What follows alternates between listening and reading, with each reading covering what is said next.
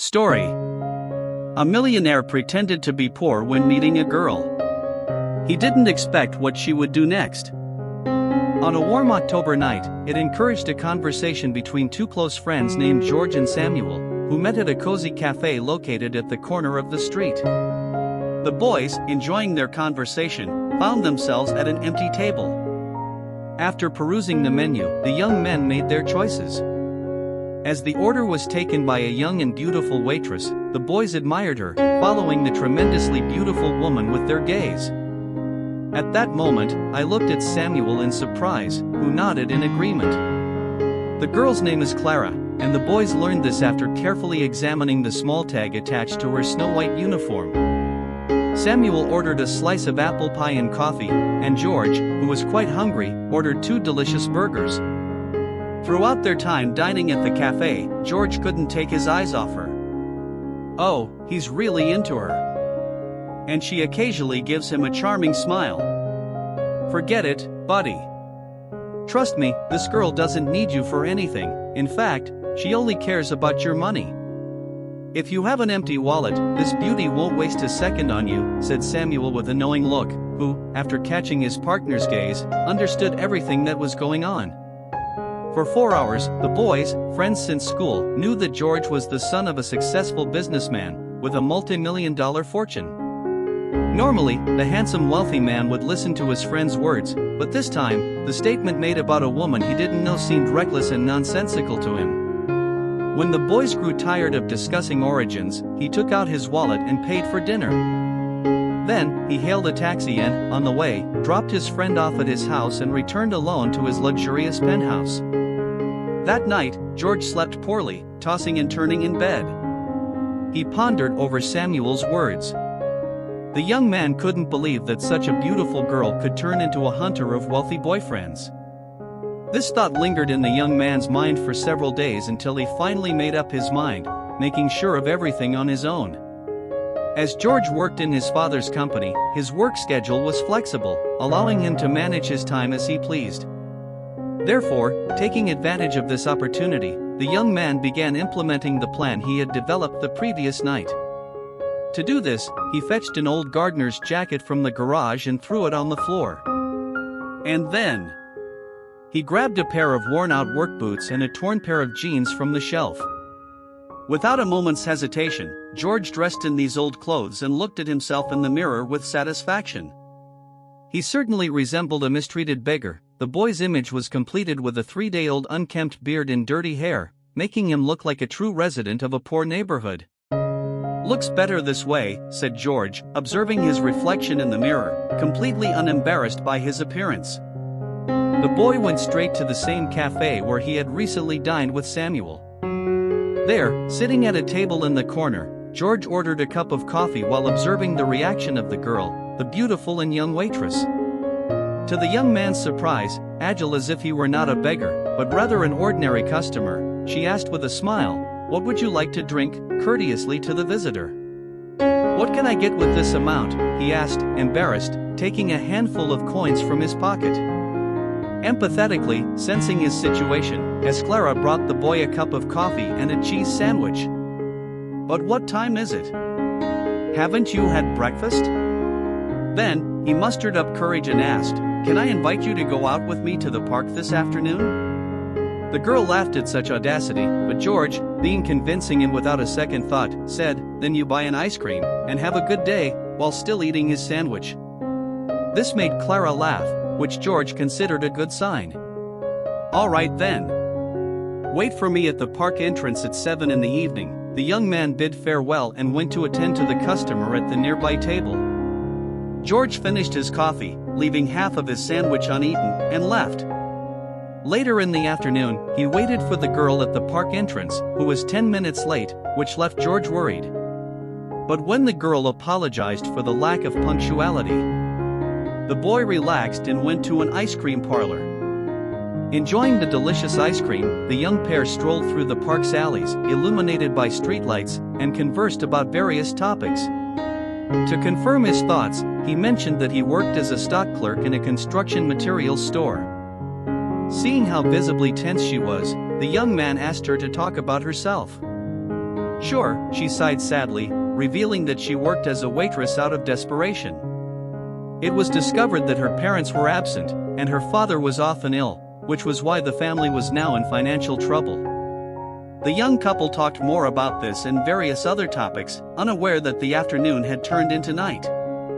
George escorted Clara home and then lingered near the young woman's house for a long time, gazing dreamily at the starry sky. By chance, that park outing marked the beginning of a relationship. They started seeing each other every day, going for walks in the park, visiting the cinema and cafes. Unbeknownst to them, the young couple grew closer mentally and physically, spending nights in cheap hotels. One day, George invited the young woman to nature, promising to show her a very special place. Clara gladly agreed, especially since it was a pleasant day. In the end, they organized a trip to a lake outside the city. The location turned out to be truly picturesque, and the water's surface inadvertently attracted the girls' attention and admiration. "Let's take a boat ride," suggested George, heading towards the makeshift boat. Clara agreed with a smile, and when she stepped into the boat, she instantly felt like a brave sailor.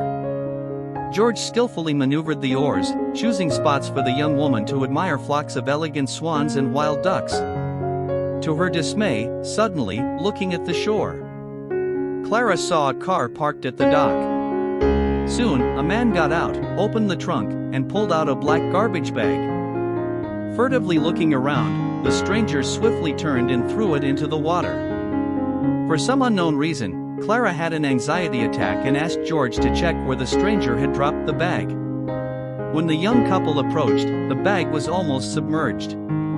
In the water, after grabbing it and soaking the sleeve of his jacket, "Look, but the bag is moving," said the young man, surprised, as he dragged it onto the boat. Without a word, Clara untied the knot, and the young couple saw 3 puppies inside the bag. They didn't seem to be more than a month old. What kind of monster must someone be to get rid of puppies like this? Clara asked indignantly, picking the puppies up in her arms, 2 brown ones and 1 black. George had nothing to say about it, as he loved animals and considered cruelty to them unacceptable. Later, Clara took 2 of the puppies to an animal shelter and kept the black one for herself. The young woman named the puppy the Smoke and treated it with care and love. Her noble action caused a wave of tenderness and respect in George's soul, once again convincing him of the rightness of his choice. One day, at the cafe entrance, the young man bumped into Samuel, whom he hadn't seen in over a week. The friend observed George's change of clothes and then provocatively asked, "So, is this what it takes to go on dates with waitresses? Are you going to become a beggar?" George reacted very emotionally to his friend's verbal attack and almost ended up in a fight. The next morning, Samuel was waiting in George's father's office, recounting everything he had seen in great detail. It's hard to say why the young man did this. Perhaps out of fear that his friend might have an undesirable future, or maybe just to annoy him in any way possible. That night, George had a serious conversation with his father. "Son, why are you in a relationship with this poor woman? If you want to make a fool of me in front of all my friends and acquaintances, remember, I'll never accept this in our family. And if you continue with this, you won't see my inheritance in your life," exclaimed Mr. Adamus, irritated. But, to his surprise, this time, his son showed determination. He said he didn't need the inheritance or family estate. After that, the young man quickly packed his things and went in search of Clara. He already knew what he had to bring with him, and when the girl opened the door, he immediately told her the whole truth about himself and his family. Then, looking into Clara's eyes, the young man knelt down like a gentleman and invited her to become his wife. The girl's face lit up with a sweet smile, and then she whispered softly in the young man's ear, "Yes, darling. But I also have very pleasant news for you." With a mysterious smile, "I'm pregnant." Needless to say, the impact of this news on him was profound. Immediately, he felt a greater responsibility and anxiety for their future in his soul. The young man understood that, having now lost the support of his parents, it would be very difficult for him to live. George wasn't overly scared, although a shadow of anxiety was still reflected in his smiling face. Clara invited the fiancé to meet her parents, and distractedly, George agreed. wondering where to find a well-paying job to support his wife and unborn child. George didn't even realize when the taxi took them to the address Clara had mentioned. It was only when he stepped out of the car and froze in surprise, staring at the luxurious two-story mansion in the best and most expensive neighborhood in town. Clara smiled and said, "Yes, dear, as you can see, not only did you pretend to be someone you weren't, but so did I." The young man's eyes welled up with tears. In the end, it turned out that the young woman worked as a waitress in a cafe that, like many establishments in the city, belonged to her father, Charles Baker. Clara's parents were wealthy, and after welcoming their daughter's fiancé, they helped the young couple organize their wedding. Mr. Baker later appointed his son-in-law as the manager of his restaurant business. 9 months later, the newlyweds had a daughter, further uniting the Baker and Adams families. George's parents were also happy. Even though Clara came from a poor family, they would have accepted her as their daughter-in-law. Thanks to the happiness and joy their little granddaughter brought into their lives, both families were overjoyed. They told the young couple that they wouldn't be against the birth of a second child. Who would have thought that a chance encounter would bring so much happiness to two entire families, now eagerly anticipating the blessing of becoming grandparents? Inspiring, isn't it? Until the next video, folks.